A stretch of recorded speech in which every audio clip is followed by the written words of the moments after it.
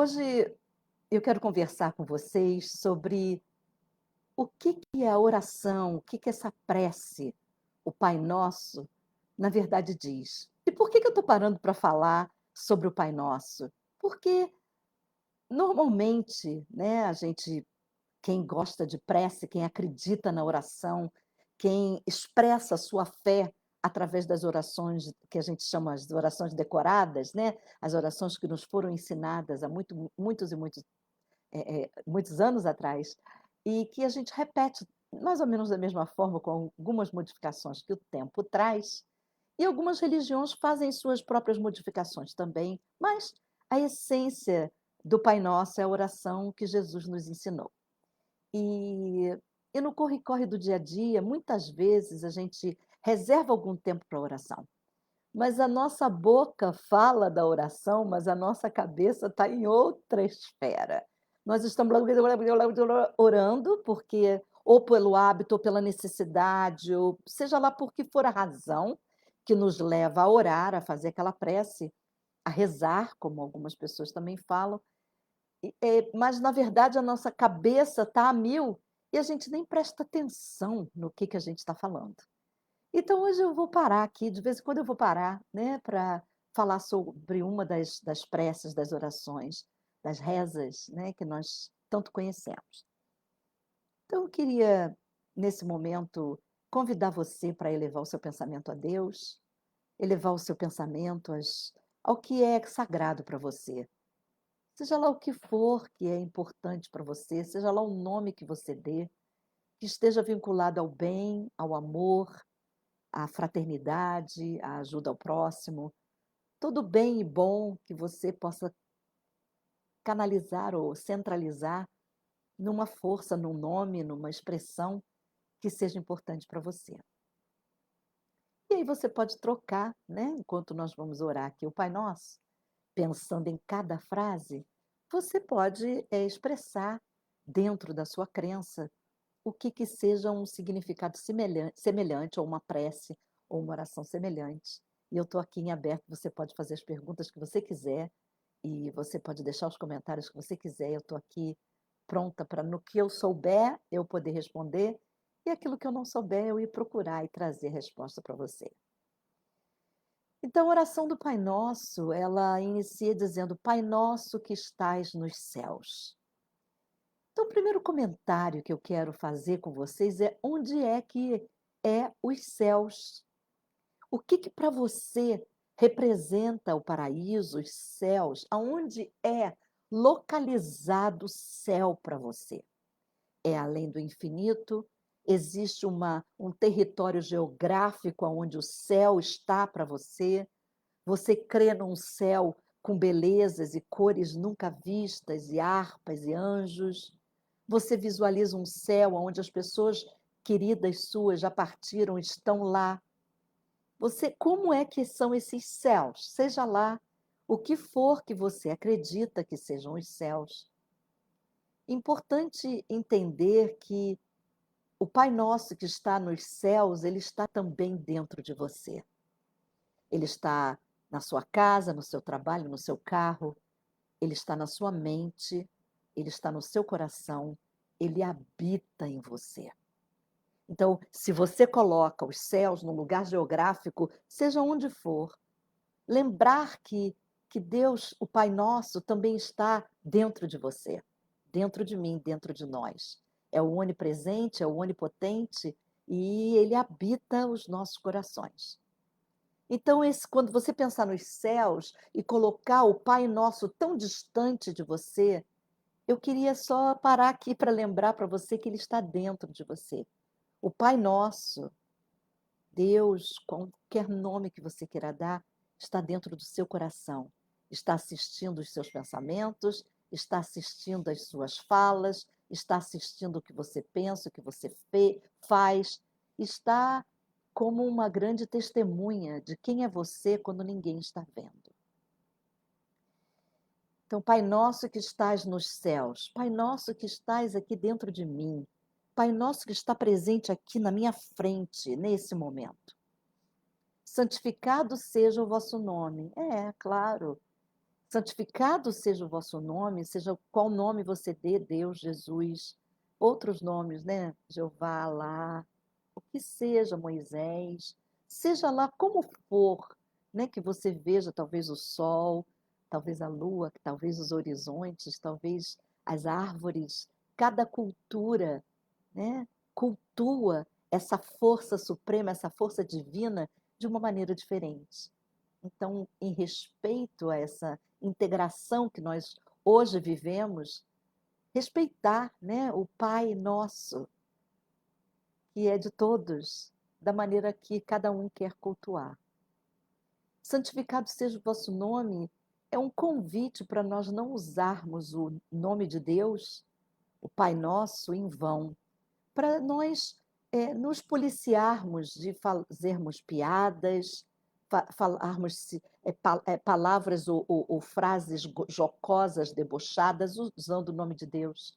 Quanto mais nós santificamos o nome de Deus para nós, nós também exemplificamos esse respeito ao nome de Deus para todos aqueles que nos cercam. Talvez a sua maneira respeitosa de se referir ao Pai Nosso, ela vai inspirar outras pessoas que nem têm tanta fé a olharem o respeito ao Pai Nosso de uma maneira diferente, de uma maneira como talvez você esteja vendo. Então, Pai Nosso que estás nos céus, santificado seja o vosso nome. Uma coisa interessante que eu quero chamar a sua atenção é o vosso nome, né?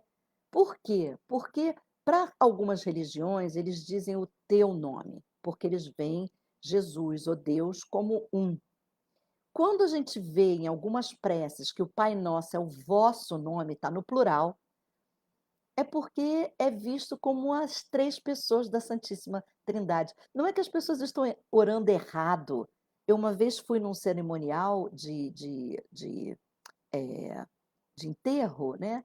E era um grupo de uma religião, e eles orando o Pai Nosso, no momento de orar, o representante religioso deu uma espinafração em todo mundo que ora o Pai Nosso, e dizendo seja o vosso nome, porque ele diz que o Pai é um, né?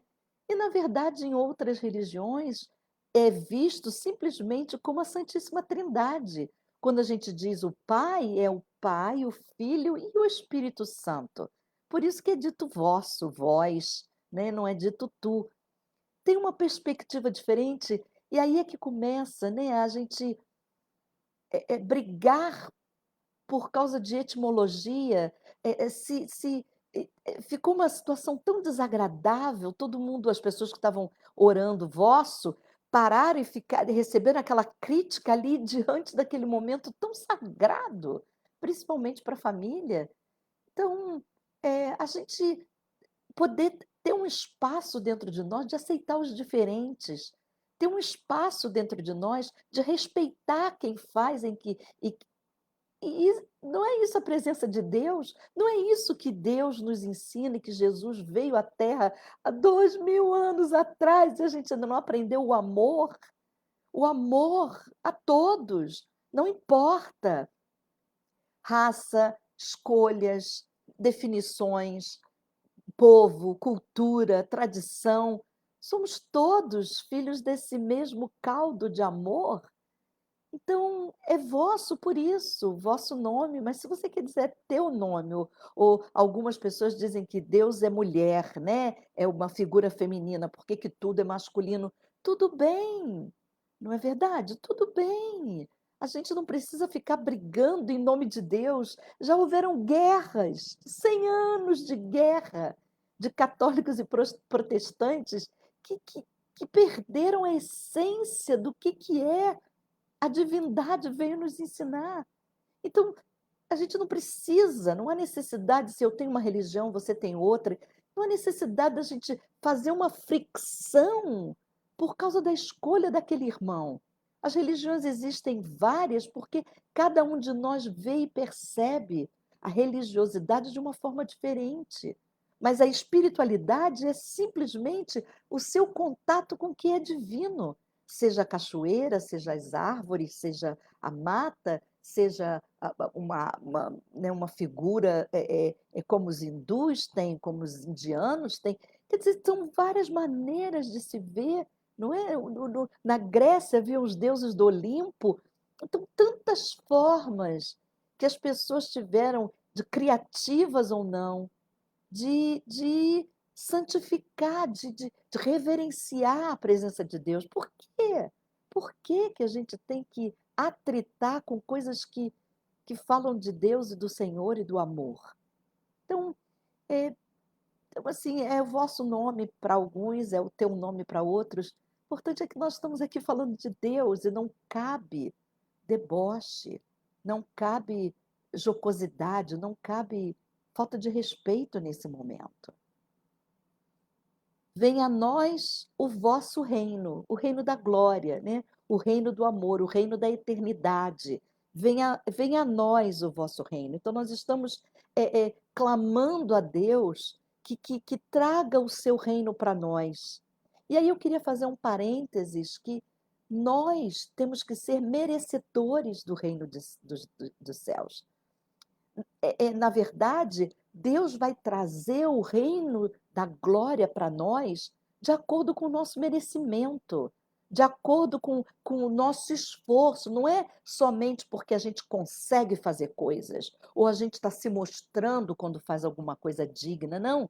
Mas o nosso esforço em tentarmos ser melhores pessoas, o nosso esforço de corrigirmos um erro, o nosso esforço de reconhecermos quando nós poderíamos ter feito diferente.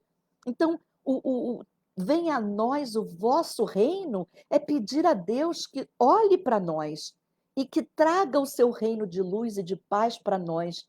Mas a gente esquece que esse reino já existe dentro de nós e a nossa maneira de adentrar no reino de Deus, adentrar no reino dos céus, é, na verdade, o nosso nível de espiritualidade, de bondade e de fraternidade e a maneira com que a gente corrige os nossos próprios erros. Como é que a gente consegue fazer aquilo que a gente fez ontem, que a gente não gostou, ou que alguém apontou que não foi legal, a gente tentar ir fazendo diferente a cada dia da nossa existência aqui. Então, venha a nós o vosso reino. Eu gostaria que você sempre pensasse o meu merecimento de chegar ao vosso reino, meu Pai. Me dá luz, me dá o entendimento, me dá as dicas que vão fazer com que eu haja de acordo com o meu merecimento para chegar até a Ti. Seja feita a vossa vontade. E aí é uma outra coisa bem interessante, como a gente diz que quer que a vontade de Deus seja feita, e quantas vezes nós nos pegamos barganhando com Deus. Ah, eu faço uma promessa, eu fico de joelho, eu rezo tantas ave-marias, eu faço isso, eu faço aquilo, eu vou ali, eu vou aqui, barganhando para Deus dar aquilo que a gente quer. Então, seja feita a vossa vontade, exige uma, uma uma submissão, exige uma humildade absoluta como um fiel. Absoluta. Seja feita a vossa vontade, não a minha. Quantas vezes a gente fica rezando porque quer conseguir aquela tal coisa, né?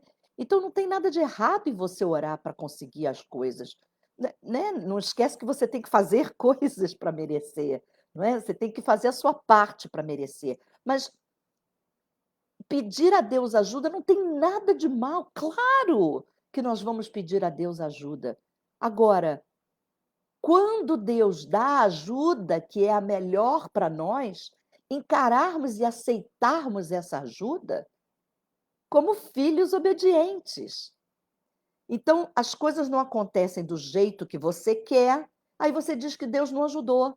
Por quê? Porque Deus não deu do jeito que você queria, na hora que você queria, aonde você queria. Então, como é que você ora? Seja feita a vossa vontade, e na hora que a vossa vontade é feita, você está insatisfeito, aborrecido, briga com Deus, está com raiva de Deus. Eu recentemente tive uma cliente que ela disse que ela era uma pessoa de muita fé, ela estava absolutamente com raiva de Deus, porque o esposo dela faleceu de câncer. houveram alguns erros médicos, e ela então brigou com Deus. Então, assim, seja feita a vossa vontade, é uma aceitação no teu coração.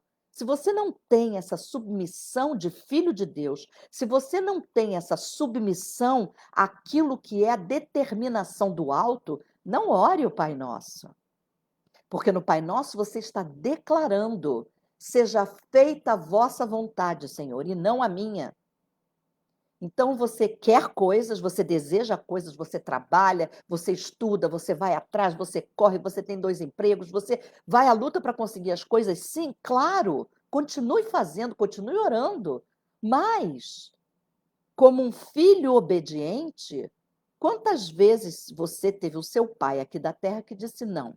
Se você é pai e mãe, quantas vezes você disse para os seus filhos não? Professora, tia, madrinha, quantas vezes você disse para a criança: "Não, não pode ir de pezinho descalço na chuva agora, porque você estava tossindo hoje à noite". Então, a criança quer, a criança vem até você como autoridade e te pede, e aí você diz não, e ela fica aborrecida. Ou ela é obediente e vai entendendo ou não, vai aceitar a sua determinação. E às vezes, em relação a Deus, nós nos comportamos como esses filhos rebeldes. Eu quero porque eu quero a motocicleta, eu quero porque eu quero sair com a motocicleta, ou eu quero porque eu quero. E aí o pai, a mãe, ou a tia, ou o esposo, ou a namorada, ou o namorado, alguém diz não ou pega a chave, e você fica danado da vida, não tem a humildade de ver que aquilo é para o teu bem. E com Deus é a mesma coisa. Você pede, pede, pede algo e quando não recebe, vem aquela volúpia de revolta, mas eu mereço, por que que Deus não me deu? Não entende que talvez essa não seja a hora. Não entende que talvez você conseguindo ocupar aquele espaço com aquilo que você quer, você não deixa aquele espaço aberto para uma outra coisa muito melhor que está por vir. Como você educa uma criança, Deus está nos educando como filhos dele. Seja feita a vossa vontade, assim na terra como no céu. Então, assim na terra, né, assim aqui na terra, como no céu, depois do momento da nossa partida, né, dessa passagem na terra, que seja feita a vontade de Deus, o que que é que vai acontecer com a nossa alma. O pão nosso de cada dia nos dai hoje. É um pedido de que nunca nos falte o básico, nunca nos falte o pão à mesa, nunca nos falte, né, a nutrição necessária para que nós tenhamos saúde, né? Entendendo que há tantos por aí que não têm. A gente vê as filas dos refugiados, a gente vê a fome no mundo inteiro, a gente vê o nosso próprio desperdício. Quanta coisa a gente joga no lixo. Então, é um momento de reflexão, quando você faz as suas compras no supermercado, talvez você possa separar 3, 4 e comprar mais 3, 4 itens de necessidade e fazer uma doação, não é? Já que não te falta a mesa, o pão, você possa distribuir com aqueles que são necessitados. Não adianta só orar por aqueles que não têm. Claro, a gente está fazendo a refeição, a gente agradece o alimento e ora por aqueles que não têm, mas será que você não pode fazer um pouco mais? Um pacote de macarrão na sua compra, ou de arroz, ou de feijão, ou de farinha, um vidro de óleo, o que for. Será que você não pode comprar 1, 2, 3, 5 itens ou uma bolsinha e você fazer uma doação para quem tem menos, né? Às vezes quem tem menos não está tão longe assim. Às vezes quem tem menos está até trabalhando na sua casa. Não é? Então não pode a gente, extrapolar esse "o pão nosso de cada dia nos dai hoje", e a gente com a gratidão no coração, porque o pão nosso de cada dia não nos falta, estender a nossa gratidão a Deus, estender ajudando um filho dele também, ajudando um irmão. Não é uma coisa linda quando a família vê que os filhos são unidos? Ver que os filhos se ajudam. Não é uma alegria para os pais quando veem que os filhos se entendem? Da mesma alegria Deus tem de ver que nós estamos nos esforçando de alguma forma para também servir os nossos irmãos, ajudar, estender a mão para os nossos irmãos. Então, o pão nosso de cada dia nos dai hoje perdoai-nos as nossas ofensas. Claro que nós queremos perdão. Uma das coisas mais desagradáveis, né, eu entendo assim, é quando você falha, quando você faz um erro e você primeiro ter a admitir o erro, já é um passo, né, importante, e aí você vai e você, eh, pede perdão, se perdoa, né, e vai com tudo pedir perdão a quem você injuriou, né, você vai pedir perdão. Então já é um grande passo. E é horrível, não sei se vocês já passaram por isso, mas é horrível quando a pessoa não dá o perdão: "Eu vou pensar nisso", ou "Ainda está cedo, eu não estou pronto". É assim, é uma coisa horrorosa sentir isso no seu coração. Então, então a gente pede a Deus, perdoai-nos as nossas ofensas, né. A gente precisa também reconhecer, né, às vezes a gente está pedindo perdão por uma, mas a gente fez 8, né.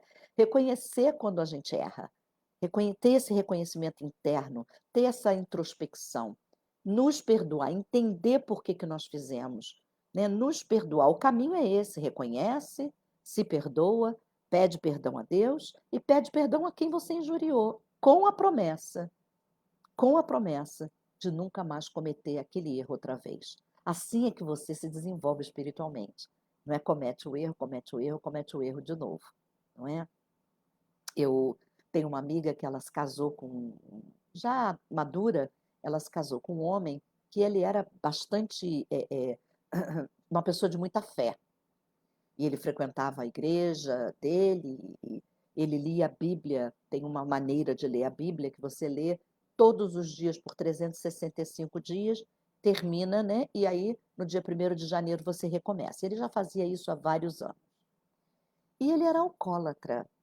Então a minha amiga, que não era da mesma religião, não era da mesma crença que ele, uma vez, no momento que ele estava sóbrio, ela sentou para almoçar com ele num domingo e conversou com ele sobre o álcool, porque ela já estava a ponto de se separar dele. Não ficaram casados muito tempo. E ela falou para ele, né, que ela via ele com tanta crença, né, em Deus e tão religioso, lendo a Bíblia e sendo um homem bondoso, ele era um homem bondoso. Mas se ele não achava que sendo alcoólatra, ele estava entristecendo Deus, né, ele estava por que que ele não fazia um esforço, por que ele não tentava pelo menos ir para o AA, ela estaria ao lado dele, ela queria ajudar. E a resposta dele foi: Jesus morreu na cruz para nos livrar de todos os nossos pecados. Então eu estou liberto. Ela falou: "Olha só, eu não quero, refutar a sua fé, nem o que você acredita na sua igreja, mas Jesus morreu na cruz para perdoar os nossos pecados, mas isso inclui ficar cometendo o mesmo pecado o tempo inteiro? E Jesus vai perdoar, porque como ele morreu ele deu seu sangue, derramou seu sangue na cruz, isso garante a você de você ficar cometendo os mesmos erros, o mesmo erro, de novo, e de novo, de novo, de novo, isso está perdoado. Então, para o resto da sua vida, você continua bebendo e você se sente perdoado pelo mal que você fez à sua primeira família, pela sua distância da integridade aqui da nossa família, né, da sua distância, porque estando alcoolizado você não participa de nada. Você acha que isso realmente se Jesus viesse à Terra nesse momento e você fosse conversar com ele ia botar a mão na sua cabeça e dizer: "Tá bem meu filho, você está perdoado, continua fazendo"? Não foi não foi Maria de Magdalena que ele disse: "Vá e não peques mais"? Não foi assim a conversa? Então, ele não disse: "É, Maria Magdalena, eu te perdoo, eu te acolho", e vai e volta para a vida que você estava tendo. Não foi assim. Então, eu não sei se a falta de interpretação é a pessoa que distorce as palavras, né, da Bíblia ou da igreja ou da fala do líder, religioso, eu não sei se a pessoa acomoda de acordo da sua conveniência ou ela tem uma interpretação dessa forma. Se você tem esse tipo de interpretação, eu não tenho nada contra você, mas eu só estou trazendo, botando uma luz, né, uma lanterna, para ver, será que é isso mesmo? Então você tem um filho, uma filha, ou sobrinho, sobrinha, aluno, e aquela pessoa faz um erro. Vamos dizer, as crianças brigam na escola, né? Vamos dizer que você é professora, você é uma tia, mãe, ou a merendeira, alguma coisa. Tem uma briga na escola. Então vêm os pais e tem aquela conversa toda e tal, e vamos considerar, né, que os pais entenderam que foi um mal-entendido e que foi a primeira vez e que as crianças não são mais e que não há nenhum tipo de punição. Até a escola concorda em não punir. Tudo bem. E aí tá certo, a criança volta a brigar, e aí você perdoa de novo, e briga de novo, e briga de novo, e briga de novo, e briga de novo. Para o resto da vida ela vai continuar brigando, ensupapando os amiguinhos e tendo perdão porque um dia foi perdoado? Para mim isso não faz muito sentido. Se faz para você, eu respeito. Mas para mim não faz sentido. Se é me mostrado o meu erro, e eu vejo esse erro, e eu me redimo desse erro, é para eu não repetir mais. Não é para eu ficar cometendo o mesmo erro, porque eu fui perdoada um dia. Você avança um sinal, não é? O guarda para você, te dá uma multa, você vai, paga aquela multa e sai dos seus recordes, tá tudo certo. Aí você avança o sinal de novo, um outro guarda te para. Não, mas eu já paguei multa porque eu avancei o sinal.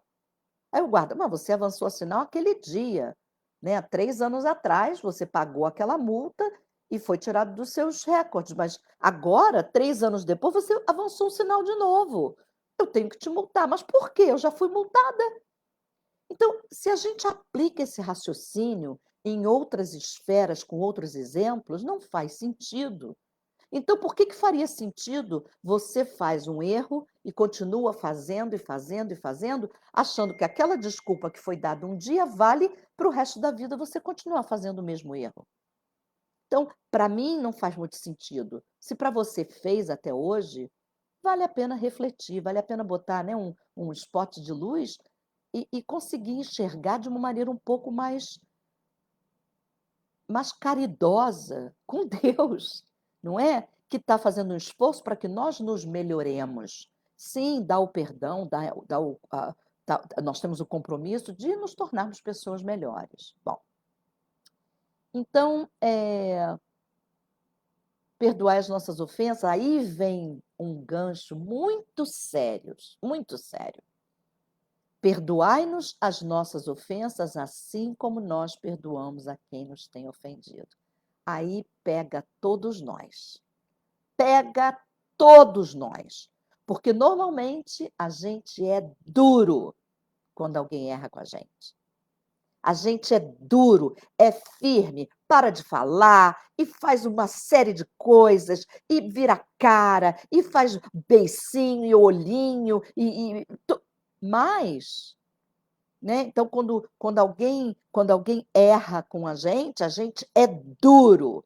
Tá ali, ó, com um chicote na mão para punir aquela pessoa que errou com a gente. Mas, quando o erro é da gente, a gente vai todo humilde, pede perdão a Deus, pede desculpa ao próximo. Então, assim, eu adoro essa frase, porque ela me faz refletir muito sobre os meus próprios erros, sobre as minhas próprias falhas. E quando, às vezes, eu sou dura com aqueles que falham comigo, imediatamente agora vem, peraí, é isso que eu quero receber quando eu erro?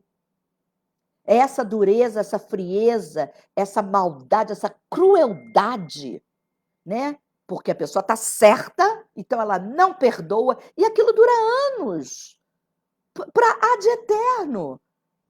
Você pode ter, às vezes, um amigo ou um familiar que foram amigos e se davam bem por anos, décadas da vida. Um dia, uma coisa acontece e aquela pessoa pega o chicote, né, e a lança e não perdoa, mas não perdoa nem que a vaca tussa. Tem na mão os grilhões da crueldade, os grilhões de como se fosse ele ou ela que tivesse o poder de perdoar alguém, esquecendo, esquecendo que, em realidade, o grande poder do perdão advém de Deus. Então, se aquela pessoa que falhou com você e você tá tão duro, tá ali, ó, com a lança, a espada, tá em situação de guerra e não vai perdoar nunca, é a sua escolha. Mas entenda que primeiro que você está abusando de um poder que nunca foi te dado. Nunca foi te dado o poder de julgar desta forma. E nunca foi te dado o poder de ficar com raiva ou criar uma situação para o resto da vida por uma coisa que a pessoa fez. E você está esquecendo que existe um atalho ao perdão, que é o arrependimento da pessoa e a busca de perdão a Deus. E às vezes até a pessoa chega para o outro raivoso e pede desculpas e pede perdão. Não, não estou pronto ainda para dar o perdão. Não, isso não, isso não dá para tolerar. Isso não. Isso você foi longe demais, não é? E aí a pessoa já reconheceu o erro, né? Se perdoou, foi na direção do outro, pediu perdão, o outro não deu, então a pessoa pode até pedir mais uma vez e outra, né, mas se o outro é tão intransigente, a pessoa usa o atalho de pedir perdão a Deus e até começar a orar pelo outro para não ser tão rígido. Por quê? Quando você é rígido demais, você é rígido demais com o outro, com o erro do outro, gosta de apontar o dedinho, não se esqueça que você aponta um dedo para frente, tem 3 dedinhos, olha, apontando para você. Quando você é rígido demais em termos de perdoar o outro, todas as pessoas ao redor, elas estão aprendendo quão dura você é e vão começar a usar das mesmas regras para julgar os seus erros. Porque talvez você pense que você nunca erra. Talvez você ache que nunca fez nada errado. É sempre a culpa do outro. Você já ficou de mal com Maria, com Joaquina, com Jennifer, com Patrícia, já ficou com raiva de tanta gente, já brigou com tanta, já ficou de mal, igual uma colegial, né? Igual um colegial de 15 anos, já ficou de mal com tanta gente, demora anos para voltar a falar, né? Como se você se sentisse muito poderoso, muito poderosa, né, e que as pessoas ficassem, né, se sentindo tão pequenas porque você não deu o perdão. Você não tem esse poder. Se você acha que tem, você está muito enganado, muito enganada. Você não tem esse poder. Muito pelo contrário. Você está perdendo muito, muito, muito, muito aos olhos de Deus por ser tão duro, cruel, mau com o seu próximo, com seus irmãos. Então, eh, perdoa, né, perdoai-nos as nossas ofensas, assim como nós perdoamos a quem nos tem ofendido, é a prece que Jesus nos ensinou, ensinando que se você é tão duro assim para perdoar o outro, com certeza Jesus vai ser duro também com você, para perdoar os seus erros, as suas falhas, que com certeza, mesmo que você acredite que não tem, como seres humanos nós temos e muitos, né, muitas. E não nos deixeis cair em tentação.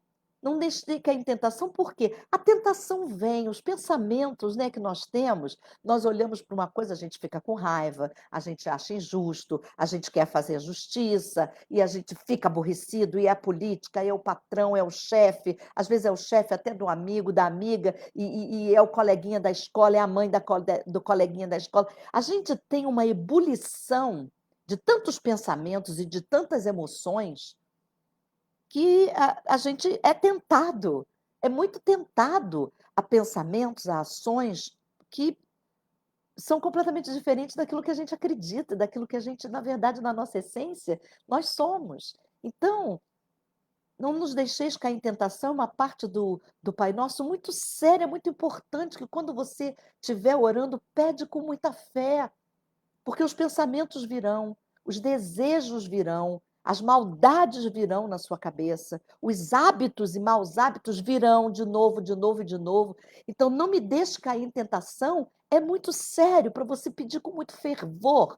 E se lembrar, quando estiver caindo em tentação, lembrar de pedir a Deus ajuda, né? Então, não nos deixeis cair em tentação, mas livra-nos do mal.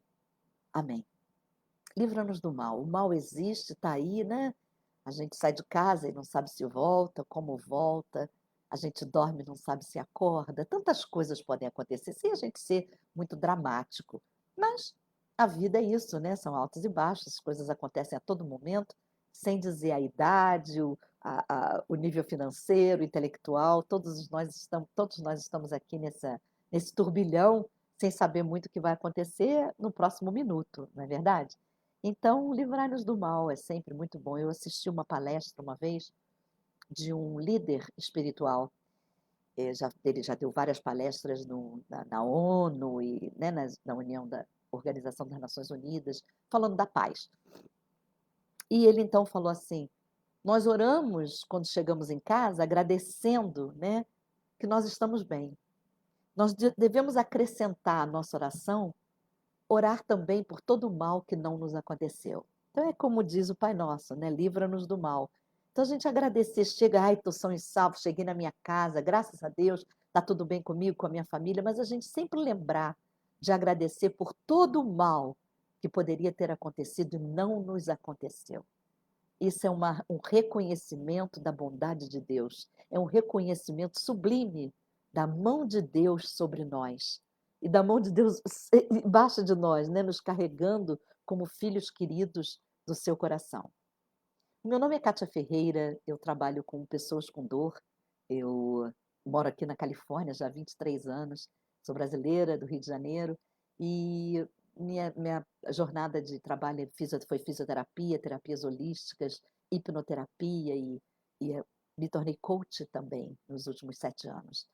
Então, eu trabalho unindo o físico, a dor física, emocional, mental e espiritual, trazendo, né, esse conjunto que é o ser humano, trazendo a harmonia e o entendimento da pessoa de uma maneira mais expandida sobre o que é a dor e qual a responsabilidade que cada um de nós tem sobre a nossa própria dor. Então, eu desejo para vocês uma semana maravilhosa e recomendo que quando você for orar o Pai Nosso, ore com mais atenção, ore com mais calma. Pense em cada frase que você está dizendo, se comprometa para naquele dia, quando você está orando, o dia inteiro você esteja atento a tudo aquilo que você se comprometeu no momento em que orou o Pai Nosso. Eu desejo para você uma semana maravilhosa, com 7 Pai Nossos aí pela sua frente e com um entendimento cada vez mais profundo da espiritualidade, da divindade que habita dentro de você. Fica com Deus. Eu vejo você no próximo domingo, por volta das 6 horas da tarde, daqui da Califórnia. Eu estou aqui com você. Tchau.